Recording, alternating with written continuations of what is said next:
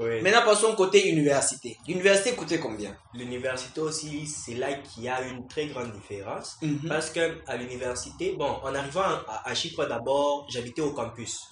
Et en habitant au campus, là, on payait dans les 6 000 quelque chose en euros. 6 000 euros? Oui.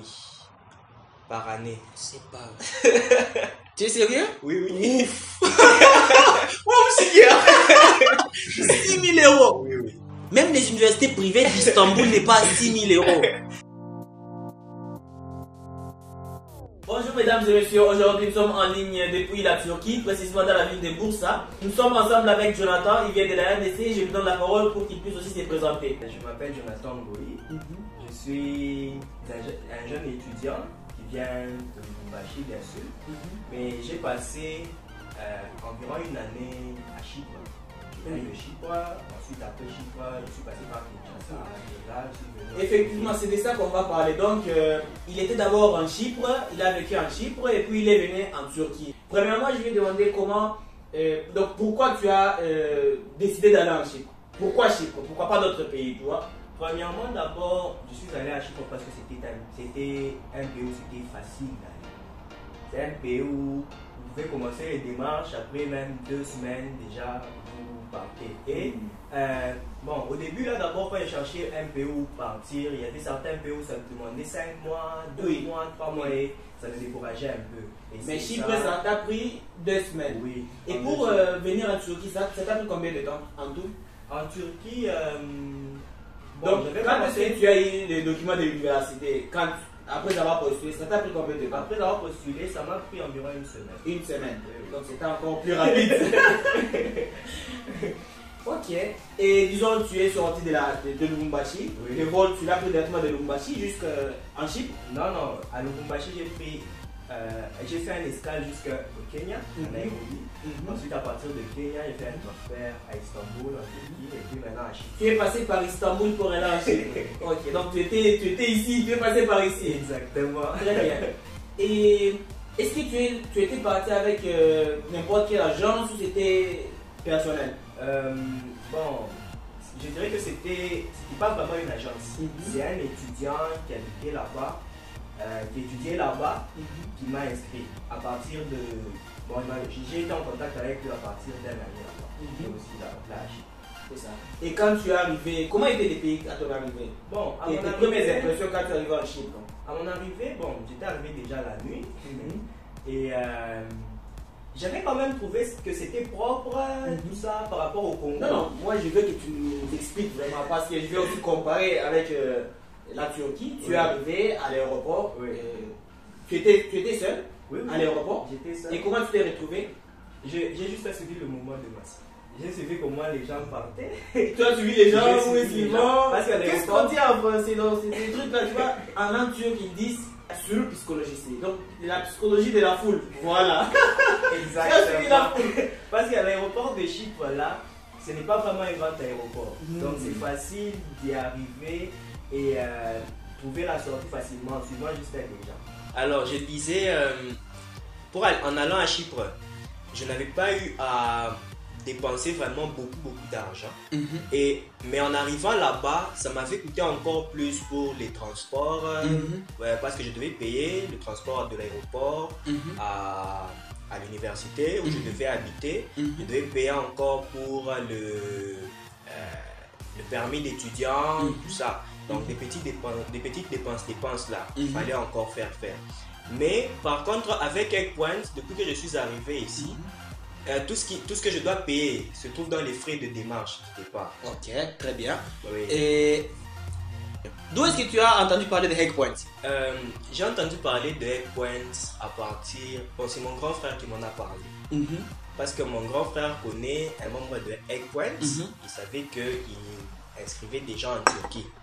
Et comme quand j'étais à Chypre, et je n'arrivais pas vraiment à suivre le mouvement.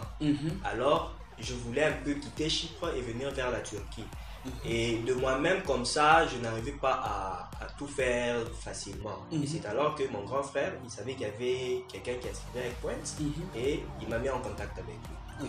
Et là, tu peux expliquer les démarches. Oui. À partir de là, il m'avait demandé de d'envoyer certains documents, donc mon bulletin de 6e, mon diplôme d'état, mon passeport et une photo passeport. J'ai envoyé cela et après environ une semaine, j'avais l'inscription de l'université et il m'a envoyé aussi d'autres documents et je devais faire maintenant la demande de visa à l'ambassade. Et est-ce que Headpoint t'a assisté quand tu faisais les démarches de visa autre part, c'est ça? Oui, oui. J'avais commencé par l'ambassade d'abord de la Turquie à partir de Chypre. Oui.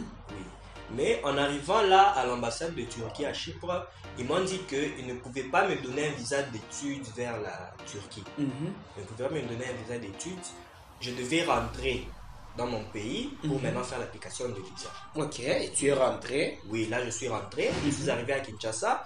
Et à partir de Kinshasa, là, il y avait certains documents que je devais refaire quand même, comme l'analyse santé et le casier judiciaire. J'avais refait ça. Ensuite, je suis allé maintenant à l'ambassade de la Turquie. Et là, j'attendais juste qu'on m'appelle. Et après juste une semaine, il m'avait donné d'abord rendez-vous pour une semaine. Oui. Après une semaine, je suis parti là-bas et quelques temps après, j'ai pu avoir mon visa. Très bien. Après avoir eu le visa, bon, j'étais content. J'étais fier de moi. Bien sûr. Oui, j'étais fier de moi.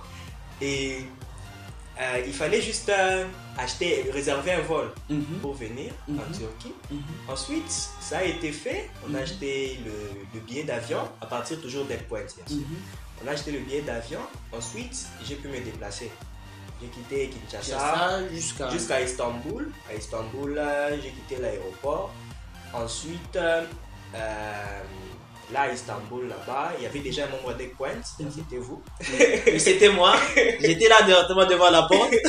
Oui, je l'ai vu, je l'ai tout de suite reconnu. On est parti de là, on a pris un bus vers le Bursa. Oui, on a pris un bus vers Bursa. Oui. Aujourd'hui on est sorti pour aller faire l'inscription à l'université pour les cours de langue. Donc là, tu es déjà inscrit? Oui, je suis inscrit dans les cours de langue. Ensuite, on est allé aussi pour me procurer une carte SIM. Une carte SIM, ça coûte combien ici en Turquie? En Chypre, ça coûte combien? En Chypre, j'avais acheté ma carte SIM à 120 télé. 120 télé. Ici, c'est à 150 télé. Oui. Pourquoi j'ai dit ça? Parce qu'en RDC, c'est 500 francs. 1000 francs et puis on te donne 2-3 SIM. Ici, la carte SIM est plus de $20. Donc $20, $25, $30, tu peux trouver une carte SIM. Qu'est-ce qui t'a poussé à changer de pays? Oui. Bon, déjà la première chose qui m'a poussé à changer de pays, c'était que quand j'étais à Chypre, la vie coûtait un peu cher. J'arrivais à m'adapter seulement comme ça. Je me disais, bon, c'est la vie, on va assumer. Mais ensuite, quand j'ai entendu parler de la Turquie... Là, en disant cher.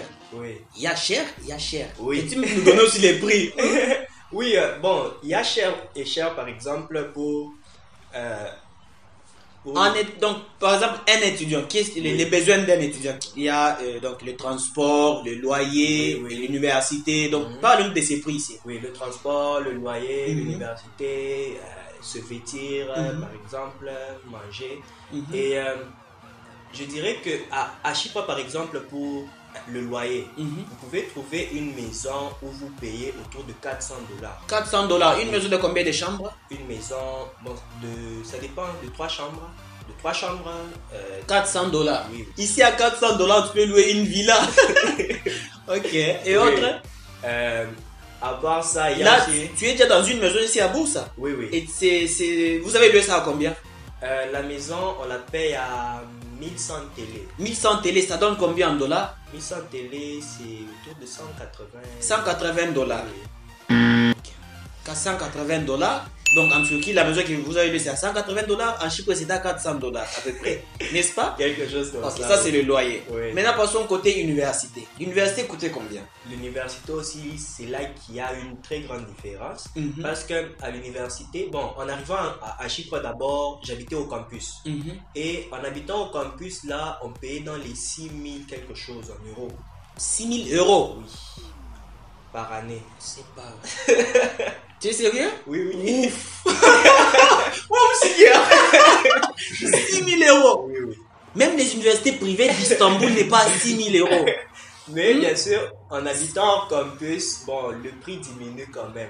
En habitant au campus, le C'est pas prix, vrai. mais c'est toujours beaucoup. C'est dans les Tu 3. faisais quelle filière là? Je faisais le nursing.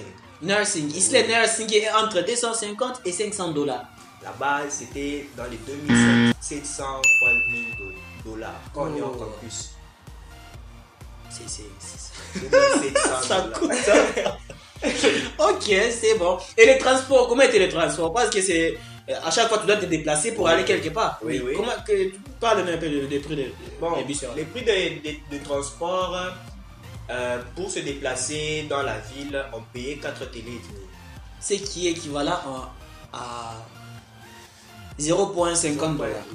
Oui. 0,50. Ça, oui. Ici en Turquie c'est 1,5. Oui. Donc 0,00005 dollars. Ok. Ça fait déjà Bon, une grande différence. oui, oui. Même ça, c'est déjà des raisons pour changer de pays. Oui. Très bien. As-tu quelque chose à dire à ceux qui sont en Chypre ou à ceux qui sont en RDC? Bon, je pourrais dire que la Turquie, c'est un bon pays pour étudier, vraiment. C'est un pays où, avec Ekpoint, c'est facile de venir en Turquie.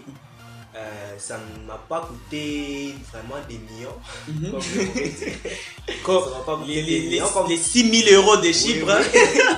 Oui, oui. comme on pourrait s'imaginer. Mhm. Et en arrivant ici, en s'installant, la vie est quand même facile. Bon, pas quand même, mais la vie est facile. Oui. Oui. Oui, vraiment.